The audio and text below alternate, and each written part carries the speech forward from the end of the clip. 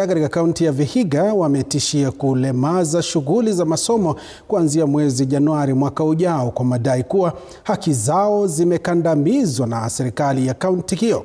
Wakiongozwa na katibu mkuu wa muungano wa KUNOPET Zipora Mutuku, walimu hao wa chekechea wameeleza kuwa serikali ya kaunti ya Vihiga haijawa ikitoa malipo hitajika kwa walimu wanaoaga dunia wakiwa kazini. Kadhalika, mwenyekiti wa muungano huo Cyrus Kagai ameishtumu serikali ya kaunti ya Vihiga kwa kusalia kimya licha ya walimu hao kusisitiza kwamba familia za wenzao wanaoaga dunia zinapaswa kufidiwa. Hata hivyo, juhudi za kupata majibu kutoka kwa afisa mkuu kwenye Wizara ya Elimu katika kaunti ya Vihiga hazikufaulu, huku akikosa kujibu jumbe za kupata majibu.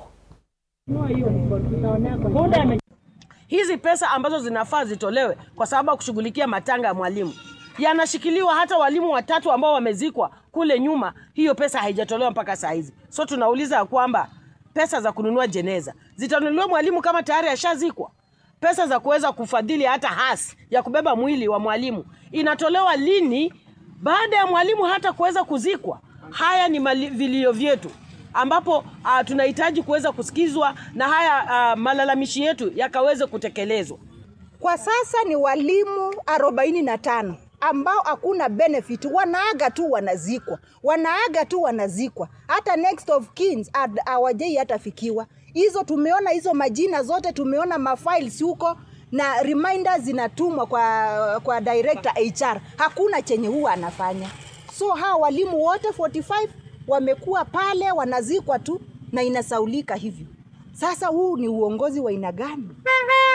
Hili jambo kama walimu linatukasirisha sana, na ndio maana tumekuja hapa kuhakikisha ya kwamba huyu mwenzetu ambaye anaitwa Elizabeth Andesha ambaye anatoka kule Jepkoyai anazikwa kesho. Kabla ya kuzikwa kwake, tunasema ya kwamba yeye lazima apate pesa zake.